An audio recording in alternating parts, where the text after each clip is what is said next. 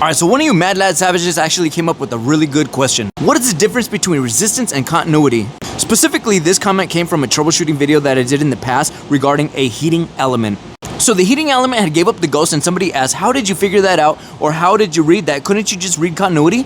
And the answer is no, because there's a certain threshold on your meter that reads continuity. And today we're gonna get into that. So you wanna see a dead body? Here it is. Exhibit A. So that is a 2000 watt heating element that runs at 480 volts. Now a heating element is a resistive load that gets really hot when you pump it full of angry electrons. This particular heating element has two terminals, and there is a second one. And here is my fluke meter 116. This right here is your resistance setting right here, which reads in ohms. And this right here, son, is your continuity setting.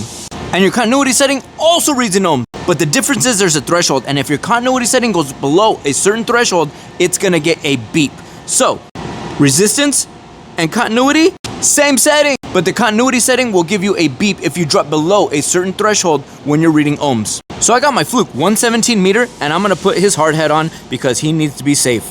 And we have him set in continuity. And right here, we have a good heater, still among the living. And right here, we have a bad heater, essentially a dead body, and he's on his way to the morgue. And we're gonna take readings out of both those heaters, and I'm gonna show you exactly what's popping up in here. So we have one probe attached to one of the terminals on the good heater. We're in continuity, and we're gonna apply the other probe. There she is. And if you look at our multimeter in the continuity setting, we're not getting a beep. Because as you can see, the resistance level is above the threshold. If this resistance level was below the threshold, we'd be getting a beep. So what is the threshold? Well, that is a good question, because right here on the Fluke 116, it says clearly the threshold is 25 ohms.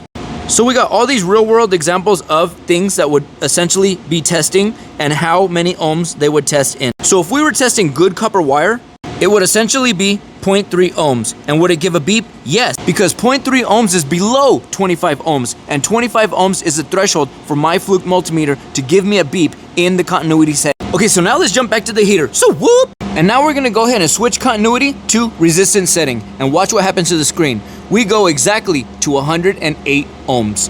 Back to continuity, 108 ohms. So it's basically telling you it's reading the same thing, but in continuity, unless it drops below that 25 ohm threshold, you're not gonna get the beep. So now, just for fun, let's go ahead and read what the dead body reads. Bow. So we are probed to both sides of the dead body, and we are in our continuity setting, and we are reading OL, which means open line. So now let's move to our resistance setting. Start probing the dead body, and we have no resistance at all. So now let's start probing on stuff that is gonna beep. Here we have one probe to the casing, and here we have the other probe to the casing. And if we look at the meter in the continuity setting, we'll see that we have 0 ohms. That means this is a straight dead line short, or would be considered a conductor. And if you can hear it, you have the beep.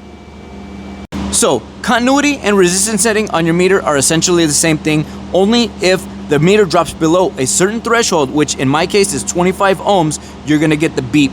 And that varies a little bit, and it definitely varies from meter to meter. So until the next one, boys, stay safe out there.